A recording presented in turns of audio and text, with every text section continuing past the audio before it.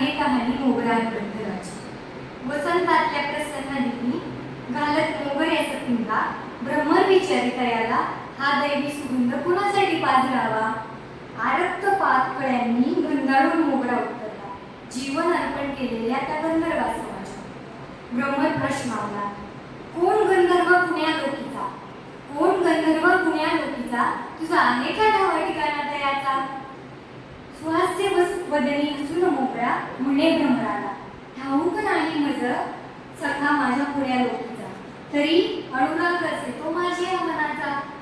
गिरकी घेता भ्रमर विचारी अनुरागाची बात निराळी, गिरकी घेता भ्रमर विचारी अनुरागाची बात निराळी. सांगावा तुझ्या मणीचा सांगील का कुणी तयारा.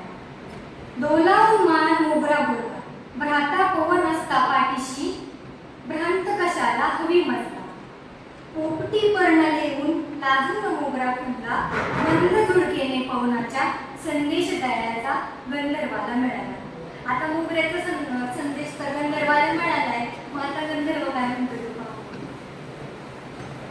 सांगावा मिळतात मोगऱ्याचा गंधर्व पावला, कोण असेल धवल मोगरा पाहण्यास एकदा आवडीकडे निघाला. झाड वेलीचे तुसे पाहिला का मोगरा माझा, छळती रानातील पाखरे सारी, सुगंधी मोगऱ्याचे गुपित सांगेना कुणी तयाला. गंधर्वाचे चलतीचे दिसेना कुणाला, शोधू कुठे राणी बनी मोगरे समाजला. पाहता पाहता ती नाचता सरीला, धीर मोगऱ्याचा सुटला, वाट गंधर्वाची पाहत मोगरा फुटला. पाहता किरमिजी मोगरा गंधर्व शहारला, विलंब माझा मलाची घडला.